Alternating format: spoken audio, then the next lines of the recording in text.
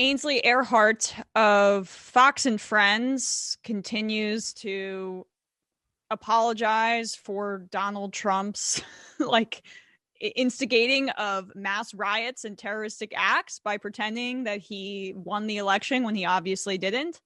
And now apparently she's turned on Mike Pence. Mike Pence, who didn't go fully along with this. He's the bad guy.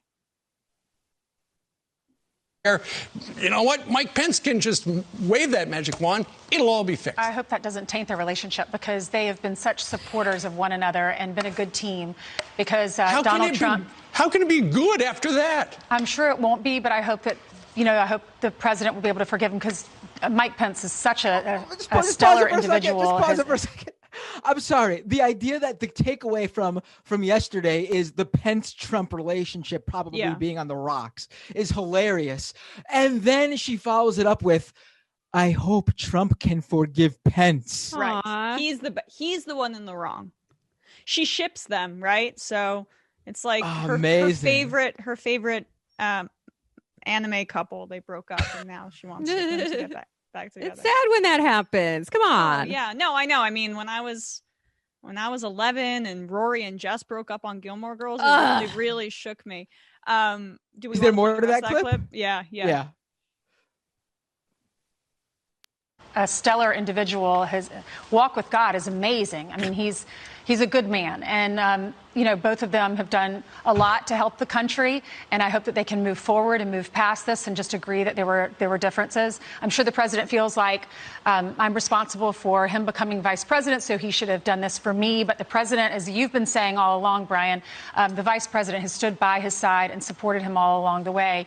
So hopefully their friendship won't end after this for the good of the country. I bet you it's done. Yeah, I know. So this is the way you talk about like acquaintances, who are married and separated, but they have kids. And you're like, oh man, I really hope they work that one out. Not the tag team of people who took the country to a point where we're in an economic depression, nearing 400,000 COVID deaths, in the next weeks. And also there was just an insurrection attempt and the Capitol building was broken into. And Mike Pence himself had to hide from Trump's own supporters because they thought they were going to tie him up and assassinate him. I hope that relationship can be mended, though. Well, this is how politics operates for these people and for a lot of the people participating in this thing too, right? It is in the realm of the spectacle. It is in the realm of the media. Trump is a celebrity. Let's not forget that. So it's not that surprising that people would engage with this the same way that they engage with a Hollywood tabloid, and that they would think they're participating in an action movie when they decide to, get involved or whatever we want to call it. Right. I know this is what you're saying, but let me make this absolutely clear. They're not even talking about politics because Trump and Pence will no longer be president and vice president in less than 2 weeks. They're literally worried about Trump and Pence's families getting together for a summer vacation at the pool or something like that. Who cares if they never talk to each other again? It doesn't affect the country. It doesn't affect the politics of this country. They could hate each other. They never have to work with each other again after the next 2 weeks. And do you actually think they would hang out? Like, that's the other thing. Right. That's the other thing. Right. Let's talk they about probably that for a do second. think they hang out. They probably do think they hang out, but you are right that they probably don't. Yeah, they're basically they're like the people that think the characters on TV and the sitcoms are the same person in real life. But no, they're performing this. Trump doesn't want to hang out with a guy like Mike Pence. Mike Pence probably can't even show his knees if they want to go to the pool. He doesn't want to even show his forearms. That's too salacious for him. Right. Trump probably looks at Pence like Homer Simpson looks at Ned Flanders, and Pence probably looks at Trump like Ned Flanders looks at Homer Simpson. Right, diddly-ite. So Ainsley Earhart didn't stop there. Her gorgeous commentary that just hits at the pulse of what's happening today continued on Fox and Friends this morning. Several things we can learn from this as well, guys. After George Floyd died, we all learned that we need to take a hard look at police reform. And there were a lot of riots then, and we all... Who's we all? Because Fox News audience certainly did not learn that.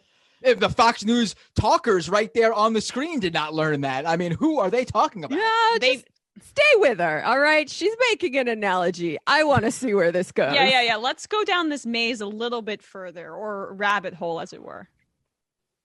Several things we can learn from this as well, guys.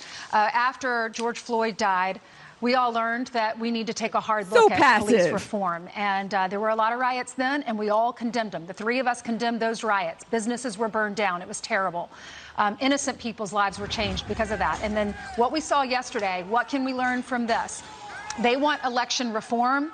We need to find a way to fix the election system so that every single American has faith in the election and trust and that there's integrity. And we also have learned that the majority of those individuals down there were peaceful, just like we learned in the peaceful protest after George Floyd.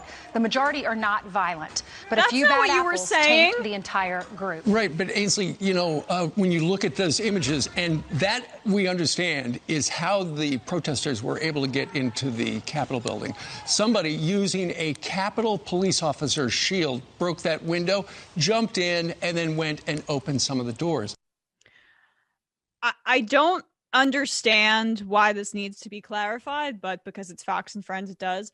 There is a very important difference between violence and looting that came as a byproduct of organic protests against police brutality and for racial justice, a long fight that we've seen that has taken way too long in this country, and insurrectionists radicalized by the president who's denying the results of a democratic process, breaking into the nation's capital with police shields, breaking through windows, and apparently they were holding zip ties. Apparently they wanted to take hostages. That's what people are saying, right? Yeah. No, that is a substantive difference. That there's a difference, but I do think there is an analogy to be made, not in the sense that they're making it, and it's an opposite analogy. But I've heard some folks on the left comparing this to the burning of the police precinct in Minneapolis.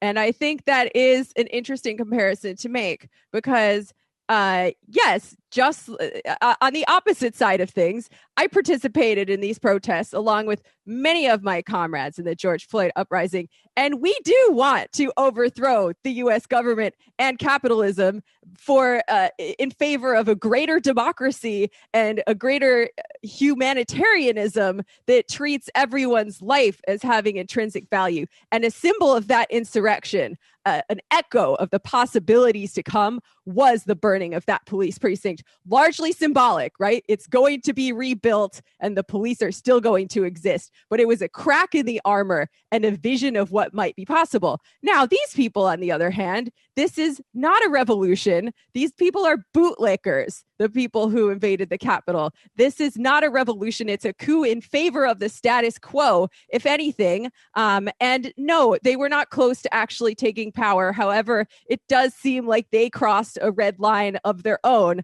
The senators came back. Everything's going to go back to normal. The state put it down fairly quickly, but it's a symbol for them. It's an opening. It's a crack for them, showing what might be possible in the future. And on that level, I am concerned about it, to say the least. I don't get. Oh, go ahead, Matt. There's a the liberal thing about, and I'd say this as like the anti-protester liberal, that any sort of violent protest is bad, which basically collapses what Mandela was doing against apartheid to end slave rebellions to like actual like race riots, like in Tulsa, for instance, right? There's a difference between form and content. And if those people were storming Congress like that for like something righteous, I think there is, and Sam even put they're starving. I think that there is a difference, and we can cite that. We don't have to be fundamentalists and say all types of this protest are bad and not look at the content of it. This was a reactionary, like anti-democratic coup attempt, or like a show of force, whatever it was. And Matt, just so you know, it's hard to hear you a little bit, like your mic's going in and out. Yeah. Yeah, Right, but that's what needs to form and content, folks. Different things. Yeah. Right, Yeah, I absolutely agree with Matt, and it's the people who think yesterday is analogous in any way. It's like the burning of a police station after a police killing of an unarmed black man. It's honestly just anti-establishment for the sake of being anti-establishment. There's no politics there. There's no ideology there. Like when I just told you the analogy, but we're on opposite sides. The people who burned the precinct and the people who support it and the people who stormed the Capitol. These are opposite sides of a fight that will continue to unfold. On that note, right. Can I just say real quick before my mic goes, 45% of Republicans approved of what happened yesterday, but a lot more of the general population approved of what happened to the precinct because they understand that the content matters. What people are protesting matters. Yeah. And because the numbers are on our side, right?